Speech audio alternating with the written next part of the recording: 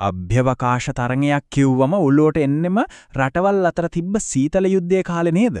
හැබැයි ඒ කතාව දැන් ඉවරයි. අද තියෙන්නේ ඊට වඩා සම්පූර්ණයෙන්ම වෙනස් තරංගයක්. මේක මෙහෙවන්නේ බිලියනපතියන් පෞද්ගලික සමාගම්. ඉතින් අපි බලමු මේ ඩොලර් සිහින සහ නීති රීති එකට ගැටෙන අලුත්ම අභ්‍යවකාශ යුගය ගැන.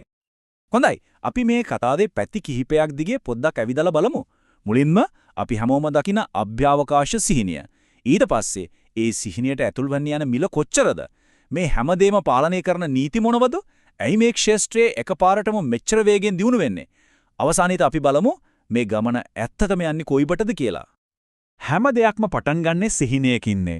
අභ්‍යවකාශයට යන්නේක කියන්නේ මනුෂ්‍ය වර්ගයාගේම පැරණිම ඒ වගේම හරිම ආකර්ශනීය සිහිනයක්.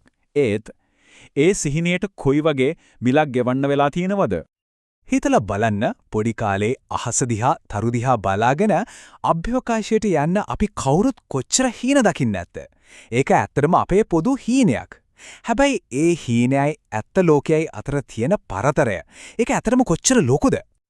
මෙන්න මේ පරතරය ඩොලර් මිලියන 55ක්. ඒ කියන්නේ දවස් කිහිපයක් පෘථිවිය වටේ කක්ෂයක යන වියදම. ඒකත් එකම එක ආසනයකට විතරයි. ඉතින් මේක සුපිරි ධනවතුන්ගේම හීනයක් වෙන්නේ අන්න ඒකයි. හැබැයි හැම අභ්‍යවකාශ ගමනක්ම එක වගේ අතපිච්චන ගානක් නෙවෙයි. විකල්ප කීපයක් තියෙනවා. අපි බලමු මේ අභ්‍යවකාශ මෙනු එකේ මොනවද තියෙන්නේ ගණන් කොහොමද කියලා. හරි විලඳුපොලේ ප්‍රධාන ක්‍රීඩකයෝ 3 දෙනෙක් ඉන්නවා.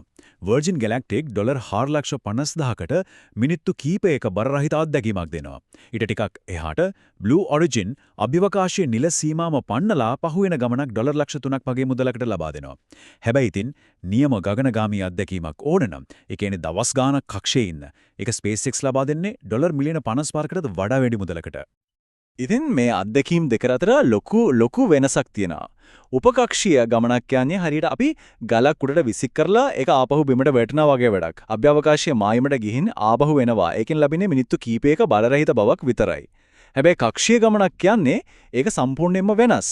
ඒක චන්ද්‍රිකාවක් වගේ පෘථිවිය වටේ කැරකෙන එක ඒක දවස් ගාණක් පවතින මාස ගාණක පුහුණුවක් අවශ්‍ය නියම ගගනගාමී මෙහෙයුමක්. හරි. පෘථිවි කක්ෂයත් මදි ඊටත් එහාට හීන දකින අයටත් දැන් විකල්පයක් තියෙනවා. ඒ තමයි හඳ වටේ යන ගමනක්. ඒකට නියමිත මිල ඩොලර් මිලියන 100කටත් වැඩි. දැනට තියෙන අවසානම සුකෝපභෝගී අභ්‍යවකාශ සංචාරය තමයි ඒක. හරි මෙච්චර සල්ලි මෙච්චර බලවත් රොකට් ඒ වගේම මිනිස් ජීවිත මේ හැමදේම අවුල් ජාලයක් නොවී තියාගන්නේ කවුද? ඔව් හැම පාරකම වගේ අභ්‍යවකාශයටත් මාර්ග නීති තියෙනවා. මේ හැමදේම පාලනය කරන ප්‍රධානම ආයතනය තමයි ඇමරිකාවේ FAA එක. ඒ කියන්නේ ෆෙඩරල් ගුවන් සේවා පරිපාලනය. එයාලගේ ප්‍රධානම රාජකාරිය හරිම සරලයි. ඒ තමයි රොකට් එකක් උඩට යද්දී බිමේ ඉන්න මිනිස්සුන්ට කිසිම අනතුරක් වෙන්නේ නැහැ කියලා සහතික වෙන එක. හැබැයි FAA එකේ වැඩේ ආරක්ෂාවට විතරක් සීමා වෙන්නේ නැහැ. එයාලා ජාතික ආරක්ෂාව ගැනත් බලනවා. ඒත් එක්කම ටිකක් පුදුම හිතන දෙයක් තමයි එයාලගේ තවත් කාර්යයක් තමයි මේ කර්මාන්තය දිරිමත් කරන එක. ඒ කියන්නේ එයාලා එක අතකින් නීති දාන ගමන් අනිත් අතින් මේ සමාගම් වලට උදව් කරනවා තව තවත් දියුණු වෙන්න. ඒක හරිම සියුම් තුලනයක් තියාගෙන කරන වැඩක්. ඉතින් මෙච්චර නීති රීති තියෙන නිසා මේ කර්මාන්තය හෙමින් යන ගමනක් කියලා හිතෙන්න පුළුවන් නේද? ඒත් ඇත්තටම වෙන්නේ ඒකේ අනිත් පැත්ත. අපි කතා කරන්නේ දෙවෙන්ත පිපිරීමක් ගැන. FAA එකම කියන විදියට තව අවුරුදු 10ක් යද්දී ගෝලීය අභ්‍යවකාශ ආර්ථිකය ඩොලර් ට්‍රිලියනයක් වෙන්න පුළුවන්ලු. ට්‍රිලියනයක් කියන්නේ 0.12ක් තියෙන අංකයක්. හිතාගන්න පුරුවන්ද?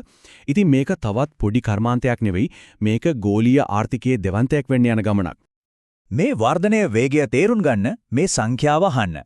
2009 ඉඳන් වෙච්ච හැම වාණිජ දෙයක් කිරීමකින්ම 50%කට කිට්ටු ප්‍රමාණයක්. ඒ කියන්නේ ඔක්කොගෙන්ම භාගයක් විතර වෙලා තියෙන්නේ ගිය අවුරුදු 5 ඇතුළත විතරයි. දශක ගාණක වර්ධනය දැන් අවුරුදු කීපයකින් සිද්ධ වෙනවා. අනාගතයේ දිහා බැලුවත් මේක තවත් වේගවත් වෙනවා. බලන්න 2023 දී දියත් කිරීම 113ක් වෙලා තියෙනවා. ඒ කියන්නේ දවස් 3කට සැරයක් වගේ.